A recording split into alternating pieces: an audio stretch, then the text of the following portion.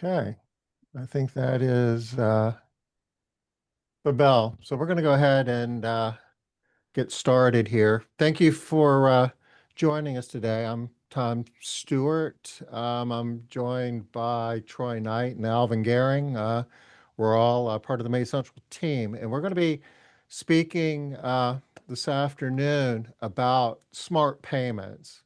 And we're going to be talking about the evolution of how cleaning companies get paid, the way we used to do it, the way that we currently are doing it, and the way that we could be doing it in the future, and or could be doing it now, actually, and the advantages to adopting a new payment process that we're supporting in MaidCentral called Smart Payments.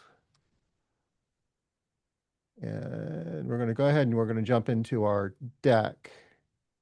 Um, just going back in history a little bit, my mother-in-law started this house cleaning company 30 years ago in Charleston, South Carolina, called Castle Keepers, and I worked with her, helped her build a software package that eventually became MaidCentral, and saw that was a really cool opportunity, and became her partner, and eventually wound up taking over and owning the business. And I remember back in the early days, everybody paid by check and cash. Initially, we didn't even take credit cards. It took us a few years to do that. Then we started taking credit cards, but a lot of times people didn't even want to give us their credit card number. They were afraid that they would, you know, it would be used in fraudulent ways or something. There were a lot of weird thoughts about credit cards 30 years ago, but cash was time consuming. Sometimes you would lose cash or checks. It was kind of hard to match it up with the actual jobs that were being done, and it kind of required everybody to come back to the office at the end of the day. If you have a remote workforce, which many cleaning companies do now, where the technicians wake up in the morning, they look at their smartphone, that tells them what homes they're cleaning that day, and they just go out and clean homes. They go home at the end of the day. If they're taking cash or checks home with them, it's just a logistics complication. So most companies have evolved to going exclusively with credit cards. The rack rate, the standard rate for most credit card processing is 2.9%. Says 2.9. That should be 2.9% plus 30 cents. So for the average $200 job, you're at like a little over 3% of revenue that you are paying for the processing of credit cards. Um, Depending upon who you're using and how you're doing it, if you're using MaidCentral, it's a fairly manual process. It used to be, excuse me, automated process, automated process. It used to be a manual process. Back 30 years ago, for if you were processing credit cards, you were basically typing in credit card numbers in a machine each day, and it was painful. It was truly painful. You're giving up 3% of your revenue, which could be profit. So 3% out of every dollar you bring in through, your credit card processing, if you're paying rack rate, would be going to the credit card processing, and that number could be going to your bottom line. And the thing that we're going to be emphasizing throughout this is, if you're running a cleaning business, and just keep the math easy, assume you have a 10% profit margin. That profit margin, if you were not paying that credit card processing fee, could go up another, couple percent. Maybe, in a perfect world, if you weren't paying anything, it would be 3%. So taking to 13%, it's like a 30% improvement in bottom line profit. And there's a ton of things that you can do in your business, but none of them will be as easy as what we're going to be showing you here to get that much additional profit, which kind of takes us to smart payments. Smart payments is a way where you can get automated payments for your business through either cards or through ACH. So it's still highly automated. low friction for for your customers, and it will put save you a meaningful amount of extra money and put a lot more money to your bottom line without having to clean any more homes. It's cheaper, easier, transparent. Your customers will understand what they're doing and understand what they're getting billed and why they're getting billed for it. And it's completely compliant. It'll keep you in line with federal, state, and local regulations if you use the process we're using here. And at the end of the presentation, we're going to give you a link to a playbook that gives you templates, gives you the scripts, kind of gives you everything that you need to know to implement this process in your business. So, kind of having framed up smart payments, Troy, could you share with us a little bit more in a little more detail what smart payments are? Yeah, so what we're really talking about is being able to have a fee that's added to your customer's invoice when they pay their credit card. Right now, as you mentioned, Tom, those credit card fees are being paid by the company, eating into profits, that additional expense. So with smart payments, we're able to actually take and apply that fee or that surcharge to that customer's invoice so that they're basically paying that fee. You're passing that along to them. Um, the reason we mention ACH though is ACH is an alternative to the credit card payment where they can actually avoid that surcharge by paying through ACH. When they pay through ACH, that's going to lower the cost to you as a company because you're not going to be paying that 3%. You're going to be paying a much lower percent for that ACH transaction. It's going to lower cost for the client because now instead of that surcharge being applied, no surcharge would be applied to them. And we're going to automate that process through MaidCentral. The surcharges, they are applied at the time of payment. There's no additional steps involved.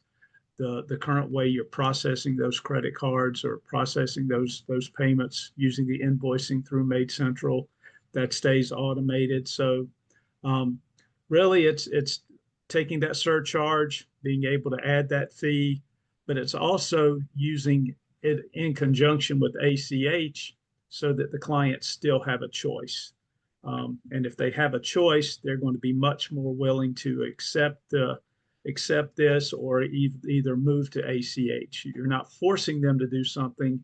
Um, if they want to pay credit card, they still can. That fee gets added. But if they don't, they have the option of using ACH, which lowers the cost for you and for them. So we think it's a, a win-win where it can help the company manage cost, improve profits, and also help the client avoid that surcharge if they choose to use the ACH method. And like I said, it's all automated. The process at the end of the day, when you're processing those invoices, the steps are going to be the same within MaidCentral. So the mechanics of smart payments is basically a combination of surcharging for customers that are using cards, and ACH is kind of giving your customers an option and saying, no, I don't want to pay the 3%. Well, don't worry, I've got an option for you. It's called ACH. Consumers love a choice. So you're giving the consumers a choice, but you're leading with just pay with your credit card. And I guess we'll be showing later some real examples of where we've implemented this within Castle Keepers and how it's working. That's right. You're going to initially communicate to them that um, you're going to be implementing a fee. You're going to explain why you're doing that to them. But like you say, you're giving them the choice. If they don't want to accept that fee, they don't have to. The other method of payment is through ACH. They're going to avoid that surcharge. You're still going to get your payments processed the same through MaidCentral. You're still going to get paid quickly um, through the current process. So again, it's giving them an option. If you just said, hey, we're going to surcharge and we're going to add this fee to every invoice, you would get more pushback. You'd get some more concern. But like you said, everyone loves a choice. You give them the option, they're understanding, and that's what we found. And we've been doing this for a few months in two branches, and in both cases, the percentage of the customers that want to continue to use cards is over 90%. So ACH, most customers, it's just a lot less friction for them to continue to use the cards, and they don't mind paying the 3%. I think also when you just look at business today, it's not uncommon to see additional credit card fees being placed on um, invoices or payments, and that's not something that's unusual. So I think just the way of doing business, Yeah. that's how it is now. Like you And I said mean, earlier, the days of collecting a check and you know, the technician bringing it in all crumpled up because they washed it, that's gone away. And not just our business, but all businesses evolved more to credit card and electronic payments. I think So yeah, Alvin, yeah. So what? So what? What kind of tie all this together for us? so. I guess those of you who know me know I'm the numbers guy. I think everything has to be quantifiable through numbers, and we're going to show you a lot of the numbers, both on the castle keeper side of things, but also when you see how much 3% can affect you, whether you're medium sized or those really large companies, you're going to see, thousands of dollars. We're seeing most businesses are losing 10%, sometimes up to 30% of their profit, their bottom line profit to these credit card fees. Um, and finding solutions that are the most important, being compliant. We want these solutions to be automated. We want them to be fair, not only to you guys as the owners and operators of these businesses, but fair to your customers, which is where kind of ACH comes into play and saying, we're going to be doing these surcharges, but you have an option out. You're not bound to these options, while also making it transparent, making it so there's clear memos clearly stated on invoices is going to be important. And then from the owner operator side, we want to find also those margins that make it easy for you. We don't want you to have to be constantly doing rate modifiers, which we'll discuss later as well. We want it to be professional, both for you and the clientele. Scalable, here at MaidCentral, we love that word scalable. We know you guys are constantly growing year in and year out. We want this solution to be constantly growing with you guys as well. And then, that big thing there is profitable. Whenever you're making a change, you don't want it to affect that bottom line, and you always want it to be profitable. And you're going to see throughout this whole process that I don't want to call it a no-brainer, but it's really easy. We often refer to it as what's kind of hidden in the couch cushions. How can we increase that profit without needing more jobs, without having to hire more people? And you're going to quickly see that it's here. It's in smart payments. And to use the couch cushion analogy, you think of couch cushions, you think of finding like nickels and quarters and stuff like this, but this is like reaching the couch cushion and pulling out $100 bill. This is a lot of money relative to most things that we spend a lot of time on trying to find savings in our cleaning business. This is some of the easiest money we can ever save. So go ahead, Tom. No, you go ahead, Alvin. All right. So where are these hidden costs, and what do these hidden costs look like? So we're just going to use the standard base that many companies, the standard credit card processing fee, as we went through earlier, is around 2.9% with a 30% per transaction fee. We kind of rounded that up to a standard of 3%. And we find that when you're reducing or eliminating this 3%, a typical company, say you have a 10% profit margin, you can easily improve the profitability by upwards of 20%.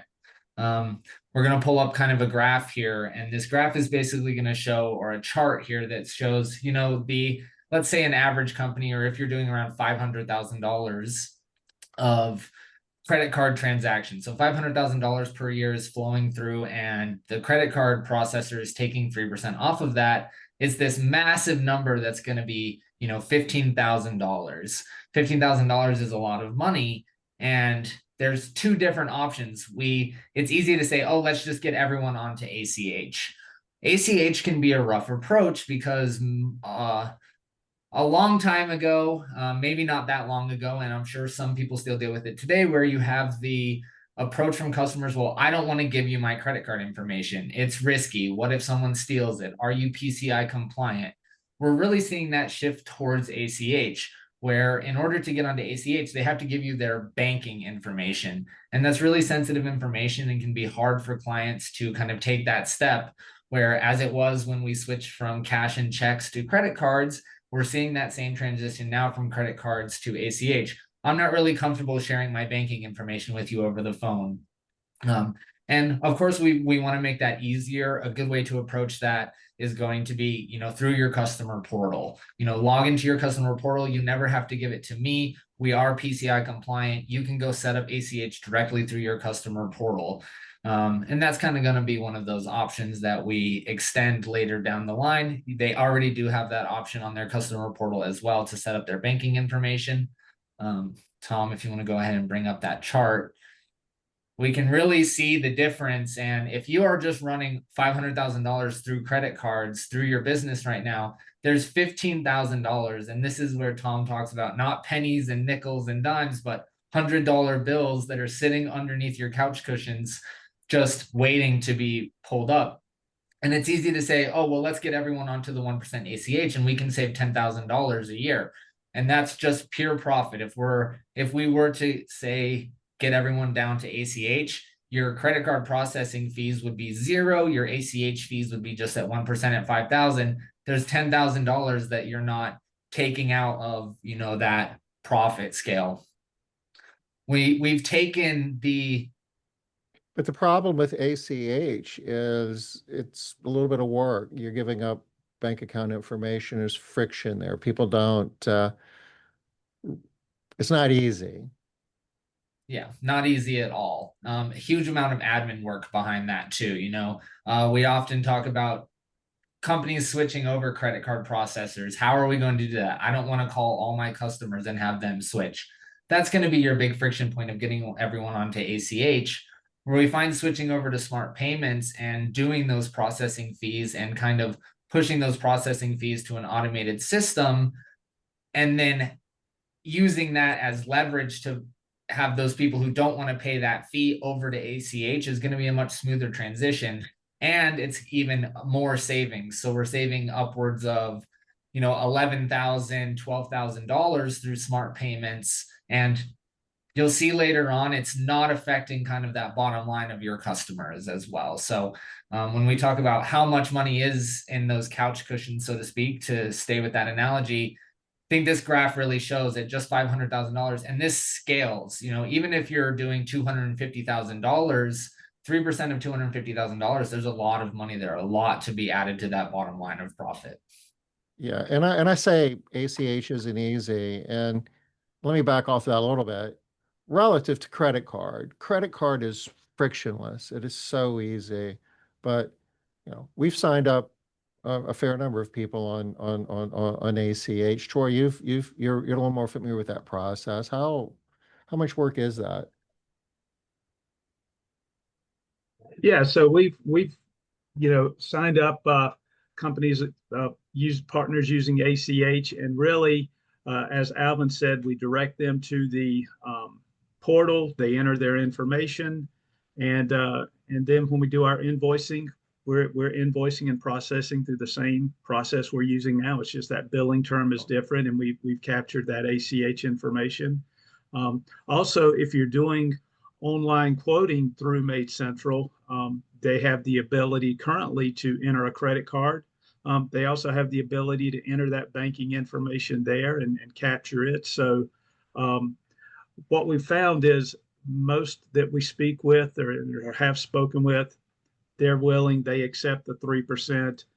We have a few that want to move to ACH, but really it was not, it was, I wouldn't say a non-event, because we did have some that moved to ACH, but it was really a pretty simple process. ACH isn't hard. I guess they do it all through the portal, but it's just, I guess, habits are habits for reasons, and most of us have developed a pretty strong habit of using our card.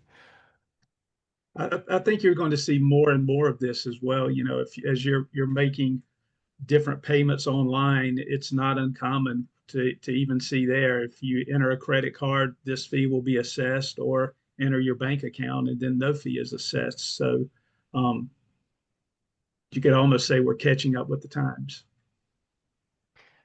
So kind of, making this real and how we create value from building value in our cleaning business. Troy, can you speak to the ROI of what we're talking about here with smart payments? Yeah, so one of what we're talking about and what you've heard so far is we're going to reduce that 3% cost, that 3% expense using smart payments that you're currently paying with an ACH option. As we mentioned, using that ACH, you're going to save that 3%. You're going to spend a much less. And companies, what we're seeing is you're going to increase those profits because what you're currently paying for credit card fees, now that is going to go straight to your bottom line. So you're going to have more profit. You're going to reduce those expenses. You're not going to clean more homes. And your customer base, the current customers you have, they're not they're not going to be upset about it. That's what we found. You know, one of the concerns initially is how are the customers going to react? How are they going to respond to this? They're going to be upset. It's almost like, do you increase rates? If you do, how many customers you think everyone's going to leave? That's not the case. That was not our experience in either the Charleston or Greenville branch. And also, like we said, um, as long as it's a smooth interaction, as long as it's easy to enter that ACH information, if they choose to, you know, you're going to be surprised. Many are just going to accept the 3%. They're going to stay on credit cards. They're not going to do anything. Um, but if you're transparent in your communication, if it's a smooth, easy process, then the customer satisfaction, the retention is going to be there, and they're not going to be leaving. And you know, it's like I say, it's an easy process, especially if they're booking online. They enter that information just as they would a credit card if they choose ACH, and it's really a seamless process. It's a choice. They decide. So you mentioned Castle Keepers. Castle Keepers has been using smart payments for about 3 months. This is a feature that we've built out in MaidCentral, but we didn't want to roll it out and present it to all of our partners until we had a chance to test it, tweak it, figure out everything that we needed to know in order to support it. And we've kind of, with 3 months of experience behind us, actually over 3 months, we've got some data. Troy, could you speak to this? Yeah, so we rolled this out in our uh, Charleston office. We rolled it out in our Greenville office. We lost no customers because of that. When we implemented the surcharge, no one left. We sent an email initially communicating what we were going to be doing, and then we gave them time, obviously, if they had questions, and we spoke to them. We addressed those issues. We showed them how they could not have the surcharge applied if they went to ACH or converted to ACH. The first number you see there, credit card, 93% to 91%. In Charleston, 93% of our customers are still using credit cards. 7% did make the transition to ACH. In Greenville branch, 91% of our customers are still using credit cards. We did have 9% move to ACH. And what we found is the ACH conversation really was with some of our um, customers that were maybe retired, maybe had a fixed budget, They still needed our service. They still wanted our service. It wasn't necessarily a luxury for a lot of them. They needed us to be able to go clean their home, and they were the ones that we typically saw. We would have the conversation about moving to ACH, so they did not have to take the surcharge. So I thought that was another interesting point. As we implemented, most stayed on credit cards. Some did move to ACH, not near the number that we thought. No one left.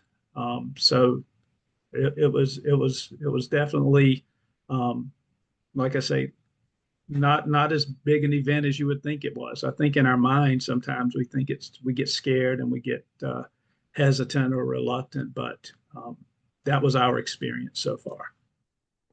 So the 93 credit card 7 ACH was Charleston and the 91 9 was Greenville.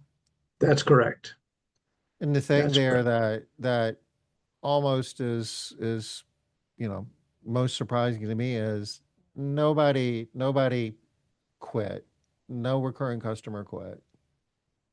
No one quit. No, Okay. nobody left. And like I say, I believe it's because this isn't a new concept. This is something that our clients see in many different transactions they make.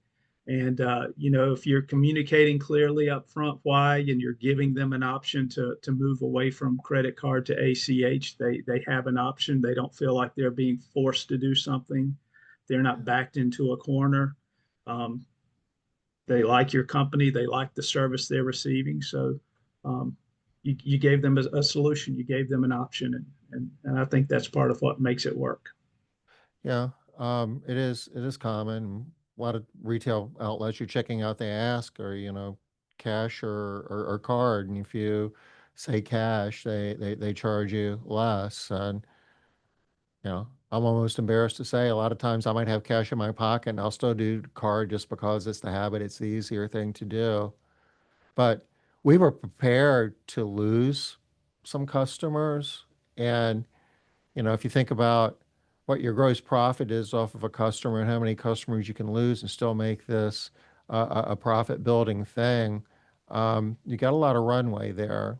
But so I don't want to imply that, if we did this 100 times over in 100 different, companies, that they would all wind up being zero. I mean, people quit for, whatever reasons, but in our experience, that really wasn't a big objection point. No, not at all. Not at all. So when you added it all up, what are these percentages at the bottom, Troy? So, in Charleston, smart payments cost us 0.86% of revenue, and Greenville 0.96%. So, a very, very small percentage of revenue compared to a 3% that you'd normally be paying on a credit card fee. So let's do a little bit of math here. We talk about cards. So some of the reason that it didn't go to zero is the ACH. The other reason it didn't go to zero is there are other types of cards that, from a compliance standpoint, we're going to talk about that here a little bit later, you aren't allowed to apply a surcharge to, like debit cards, for instance. That's correct. You're not allowed to apply a surcharge to a debit card, but you're still going to pay a fee to Yeah. to process that credit card. Um, you can offer ACH, you can offer debit cards. That's what we did when we opened up the discussion. But really, we were looking to move people from credit cards to ACH, not debit cards, because the debit card you're not able to apply a surcharge to. So, and a lot of the comparisons that we're doing, we're basing it off the assumption that you're paying 3%. You know, if you're a large enough company and shop around, you can negotiate off of that 3%, but you're still going to be paying, north of 2%. So the difference between that and something less than 1% can still be like a point and a half. And that over the course of a year, off the revenue of a large company, is still a whole lot of money. If think about it over the course of the year and you just wound up having to spend 15, 20,000 or more dollars that you weren't planning on, it would hurt really, really bad, but that's the amount of extra profit you could have over the course of the year. It We'll talk, adds up. yeah, we'll talk more about the compliance here shortly. Um, Strategies to implement. So how do we implement this, Alvin? Can you walk us through this? Yeah, absolutely. We're at the end, we're going to include a guide and what kind of the path they took at Castle Keepers to implement it to get those 0% churn rates and kind of the success they had. But the main thing we're really wanting to do is first off, make sure we're compliant. We're going to kind of go over compliance, and the credit card processor themselves will help with the compliance portion of things. But there are certain states where you're not able to do these. Maine, Connecticut, Massachusetts, I believe, are the three that you're not able to implement smart payments or credit card transaction fees, but we can still make that push for ACH and doing other solutions as we see still dropping those down. If we can get ACH even up 5-6%, there's going to be massive savings in there as well. So that's kind of going to be your first step, is make sure you're compliant. And then the second is going to be when we do implement credit card fees, using that backup of, hey, we're implementing this fee, but it is not required. You are more than welcome to forego this fee by switching over to ACH, and then really removing kind of that admin and CC processing fees for those who object if you really need to. So the ACH is, hey, you can log into your customer portal, set up ACH, and then you won't be charged those credit card or those customer fees. It's a great way out. You're not having to change their service. It's just a quick, easy step for them. Log into that customer portal, input that banking information. And even if they don't want to go do that, we can say, well, I can do it for you over the phone if you're more comfortable doing that. We do see a lot more customers willing to log into a portal, keeping that information for themselves. Again, our website, their customer portal, all going to be PCI compliant, very secure, and all of that. And then your third and kind of final approach is you're improving the customer experience at the end of the day. They're able to add it directly, as I was saying. It's really for them. You're able to, trying to think of the right word. You're able to help assist them along the way. You're able to give them options. As like Tom said at the beginning, we all know customers. I myself as a customer of many things, I love having options when it comes to paying, options when it comes to service. So these are really going to be your strategies. We're going to get a little more deep into what specific strategies, email templates, phone call, objection strategies, and all of those things as well. So we'll have a full complete guide for you. Cool. And we've talked about compliance a couple of times. Troy, could you walk us through how smart payments can ensure that we're complying with all the rules and regulations that we need to? Right. So first thing around compliance is there are 3 states currently that do not allow credit card surcharging: Maine, Connecticut, Massachusetts. So you're not able to apply those surcharges there. So if you're in one of those states, unfortunately, you can't do that and stay in compliance. Also, you're not able to apply surcharges to debit cards. You're still going to pay the fee. That's why really you want to move them away from debit cards, and you want to move them to ACH if they don't want to pay with if they don't want to absorb that fee.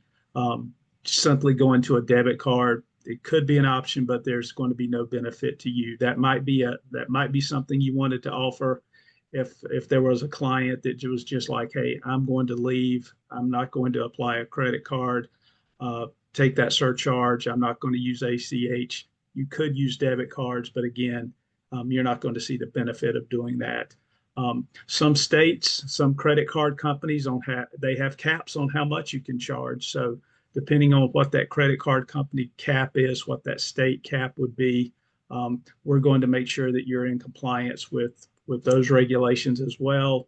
Another thing is, the invoices, they have to be visible. That fee online, if you're doing online booking, you have to be able to have that statement letting them know that that credit card fee is going to be applied. And we've got an example you saw earlier of an invoice. We got that example so you can see exactly how that needs to look. And the only way you can really apply surcharging and comply with all these rules, all these regulations, is doing it through a payment process. Or if you're trying to do it some other way, if you're trying to do it outside of a system that is able to make sure you're staying in compliance with the different state regulations, the different credit card company regulations, you're certainly going to be more at risk. That's why using the smart payments through MaidCentral, we're going to make sure you stay compliant with those different credit card regulations. So, said another way, in the MaidCentral world, the thing that you don't want to do is apply surcharging through rate modifiers. Yeah. Rate modifiers are going to, from an outside perspective, and initially they're going to work when first applied. The issue with rate modifiers is there's a lot of ways, and currently a lot of adjustments happen with inside MaidCentral, and those rate modifiers don't always keep up and can be misused is the word I'll use. And the main thing I'm going to cover here is for rate increases. Everyone who's ever been to an MC Live or has heard Tom speak, we love rate increases. We always want to be doing rate increases and rate adjustments. It's easy to, on the rates report currently in MaidCentral, we have a box that says, update rate modifiers based on the new base rate, update percentage base rate modifiers according to the new base rate. If you were to do rate increases and forget to check that box, what's going to happen through rate modifiers is their base rate is going to go up. You're going to be charging them more through the credit card, but the rate modifier that you're using as an admin fee or a credit card processing fee is not going to be bumped up with that rate. So you're going to be getting charged, let's say 3% on $100 is the new rate. You're going to be charging $3, but initially their rate was $90, let's say. Well, you're only going to be charging them that percentage-based rate modifier is going to have a value based on the $90, not the 100. So you're ending up not covering that full 3% credit card processing fee. And ultimately, there's just more admin work involved when we're talking about doing this through rate modifiers. It's a great kind of Band-Aid patch and Band-Aid fix as you try to get into it and maybe if you want to test it, but ultimately, we really worry about the compliance side of things. We always want you to be compliant. We want to make sure you're doing it the right way, and not subject to the compliance that's being held on by Visa, MasterCard, or any of those things. So we really are trying to kind of step away from doing this through the rate modifiers and making it not only more secure, more compliant, but also making sure that, every dime, every single time is correct, where there's chances and opportunities for mistakes if we're doing it through rate modifiers. And we say compliance. I mean, there are some laws out here, and Visa and MasterCard have like rules, I guess, part of their license agreement. And Visa and MasterCard, I guess, to the best of our knowledge, kind of loosely enforce that. But as a rule of thumb, I strongly advise whenever you have the option of complying with all the rules and regulations and certainly laws, it's advantageous to do so. You never know when something can change in the future, then that could become a problem for you. You emphasized some of the features on the MaidCentral invoice that speak to smart payments. Yeah. So this kind of relates to rate modifiers. When we're talking about rate modifiers, you're really going to see the rate modifier up in the line items on this invoice. So where we see the maintenance cleaning from 819 on 111 Test Street, under it and in between tips, that's where kind of your admin fee or your credit card processing fee would land if you're using it through rate modifiers. Where when we're doing this directly through the payment processor, It's more professionalized. There's a memo at the bottom that's highlighted that's going to let them know a credit card surcharge of 3% applies to payments made via credit card. This fee is imposed, covering processing costs. Debit card payments are not subject to this fee. I have a lot of questions open that how do we know which are debit and which are credit? Inside MaidCentral, there's not an easy or an apparent way to know which is credit card or debit card. The payment processors automatically know this, which is why we're wanting to push this to the credit card processing side of things, because not only is it more professional, it's easier to see, you're getting it more clearly on the invoice, but then it's being caught at the source. We're not having to do that admin work, put in that admin time, and it's kind of off of your plate. And there's no more cracks in the cushion, so to speak, when we're doing that. Very good. So, next steps. We've shared a lot, thrown a lot at you here. We put together a downloadable smart guide. If you go to maidcentral.com/smart-payments-guide, you can download a payments guide, and it basically goes through everything that you need to know for smart payments. This is the page, and if you click on download, this is what it looks like. Troy, is this the template that we used within Castle Keepers? That's the template we sent within Castle Keepers. Obviously, you can adjust that, modify that to your individual company. But basically, we're just letting them know we're going to be applying this surcharge. We gave them the option of ACH, and then that opened up the conversation. And the next slide, we're also including some talk tracks or guides to handling questions. Whenever they call in and they ask about the surcharge, giving you some questions, giving you some responses that we've used in answering those questions. So if they're looking for if you're looking for ways to also address certain questions, if they come up about if something is legal, if something is compliant, will you lose customers? Uh, you know, there's some Q&A there also just to help educate your team. But really, if you send out the letter and you go through those questions that we had earlier, the responses that we have, I think you're going to have a smooth process. And we just wanted to give you some guides and share with you what our experience actually implementing this was like. I'll be So dropping this in the chat for everyone as well here. Just give me 1 second. awesome, awesome, awesome.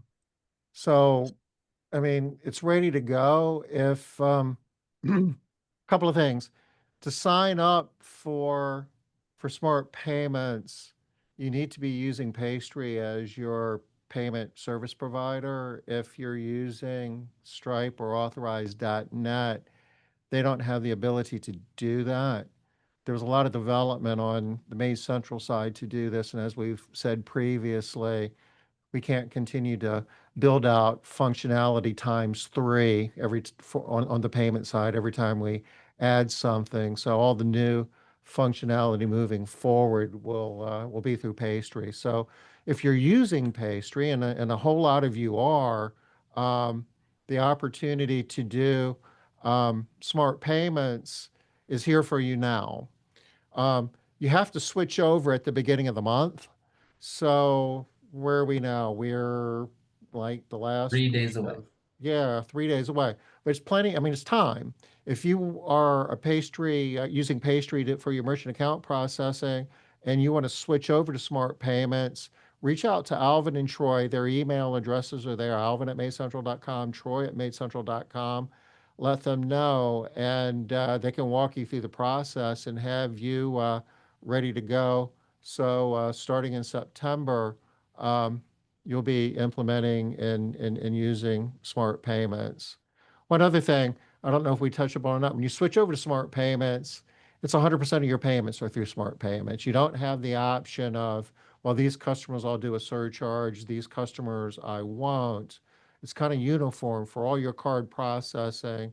It will be payments, but based on the numbers that we've been getting in Castle Keepers, um, it really isn't much friction, and it's a meaningful amount of additional money going directly to your bottom line at the end of the month. Um, Alvin, am I missing anything? Not that I'm aware of. Robin asked, is there a fee to implement smart payments through Pastry? No, there is not. I am correct on that, right? I mean, I'm As far as not, I'm aware, yes. yeah, That's correct. no, there's not.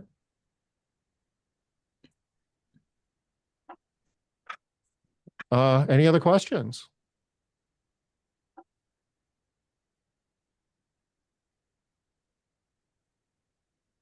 Very good.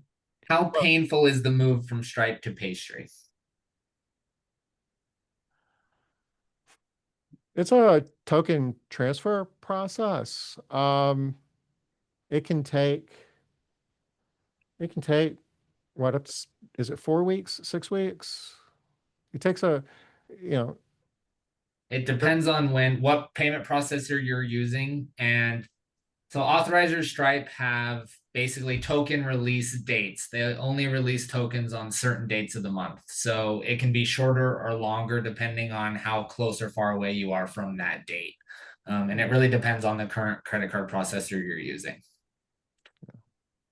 but Pastry is really good about helping with that. It's kind of a white glove service. Um, I don't want to say that it happens without having some things to work through. There'll be exceptions that you'll need to clean up, but um, within your cleaning business, there's things that you're having to clean up every day, and doing this, well, you'll be making more money at the end. You'll get a better return off of your time doing this than you would on a lot of other things that you could be doing in your business. Angie, there is not a specific fee from moving from someone like Stripe to Pastry. There is kind of I would call it a negotiation phase. You're going to talk to Pastry. They're going to gather a bunch of data from you, talk about rates, maybe restrictions in area. There's a token transfer, but I don't believe there's a specific fee, if I'm not mistaken. There could be a one-time token transfer fee. I don't think it's material, but I think in some cases that's true, but it's small compared to the savings that you realize through smart payments. Josh asked, to notify customers about the changes, would it be done in MaidCentral? How did you do it at Castle Keepers? Did you do it in MaidCentral?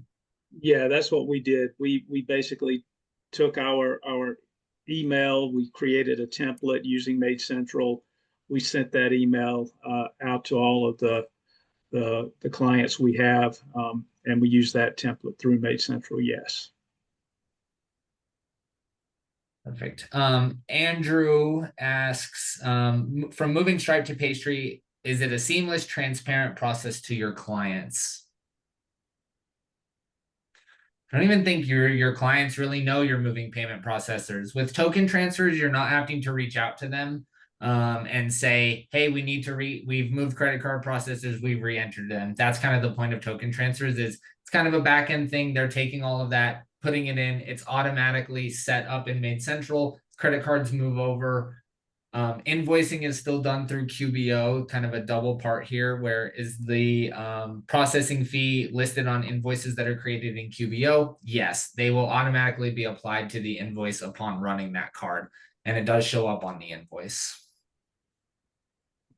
So yes and no. Is it a seamless, transparent process? As seamless and transparent as it can be. You can notify them if you want. I don't believe there's any compliance issues, or I've never come across any issues from a support side of having to notify clients that you're moving credit card processors. No, it's very seamless with token transfer.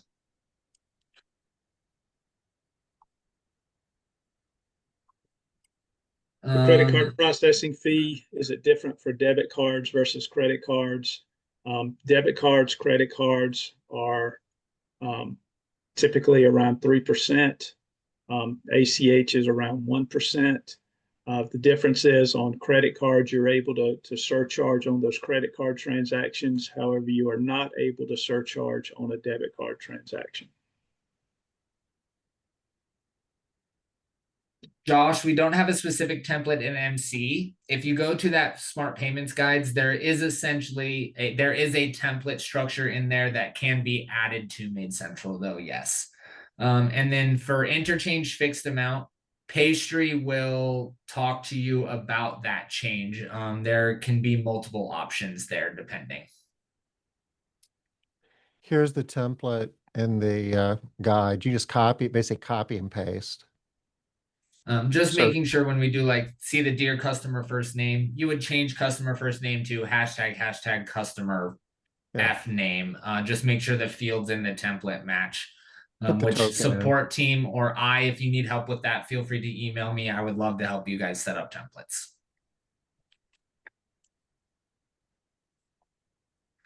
Hector, yes, there is a way to email credit card receipts. That would just be like an invoice.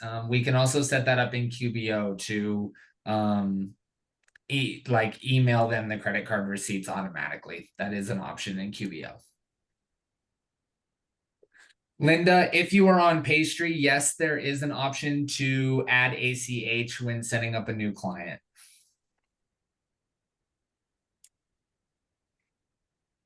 Julian Hall, are you saying we can use QBO or Pastry? I do believe there is a way to run ACH through QBO, but it will not be as automated or as seamless as if you're using Pastry. And we don't support that. If you Yeah, run so like into any, internally we don't support it, but there is a way to do it. but you lose the automation. I mean, it's from a data standpoint, a tracking standpoint, it is, I mean, you can run credit cards manually through whatever other system you want to do as well, but that's not, you're really losing a lot of value. Troy, I'll let you answer this one. Is it pretty self-explanatory to how to turn on the surcharges in Pastry? Are there any changes that needed to be done in QBO once you had applied this? Yeah, so what we would do is we would set up a call with Pastry. They would be able to get you the documentation you need. There's an agreement saying that you want to implement the surcharge that would be applied.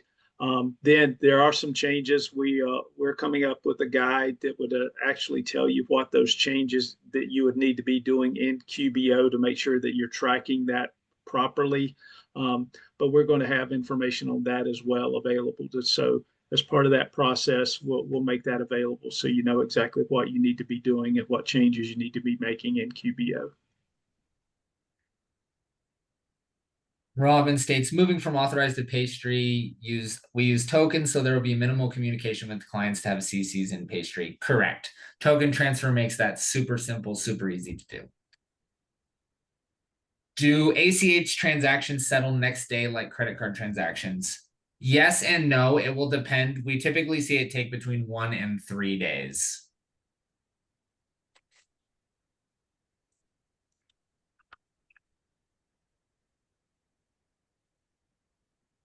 Do I call Pastry to get it set up by September 1st, or does MC set it up, or do I set it up? You would be contacting Pastry. If you want, I can directly connect you. We have a specific Pastry rep. His name is Alex Savoli.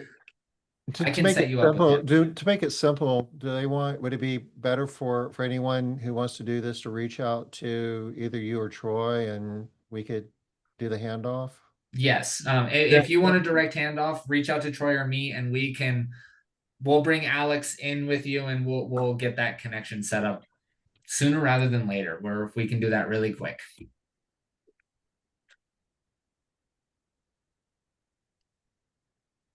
So go ahead. Go ahead. Angie asked, MC offered to pay the Stripe token fee. Is that still an option? At the moment, no, but it's not material in the context of what you're going to be able to save through surcharging. You know, we're doing this presentation kind of in the overarching spirit. We talk about, you know, MaidCentral is designed to help cleaning businesses be more profitable. And we talk about, 30 years ago, all we knew about profit was we needed to clean a lot of homes. And if we weren't making enough money, the answer was let's clean more homes. We've learned a lot in 30 years. We've got much better tools than we had 30 years ago. And there's a lot of things that we can do within our business to squeeze out meaningful amounts of profit. And this whole presentation is in that spirit. We want MaidCentral partners to create as much value as they can out of every home that they clean, as we say, for the benefit of all stakeholders. For the technicians, you can create better jobs. Your customers are going to get better service, and you're creating better value for your overall cleaning business. And that's kind of what this whole presentation, the spirit in which this is being presented. And we just wanted to make sure that our partners had a clear understanding that we could be making more money by doing something more sophisticated than what we used to do with payments by using smart payments. That being said, we're pushing up on the top of the hour. A couple of other things I just want to let everybody know. We're doing a live stream in just an hour at not in 3 minutes, but an hour and 3 minutes. Our guest is going to be Jonathan Wistman, who is one of our keynote speakers for our strategy summit, which is going to be September 17 through 19 in Charleston. We still have a few live seats left. I'm pretty sure that we do.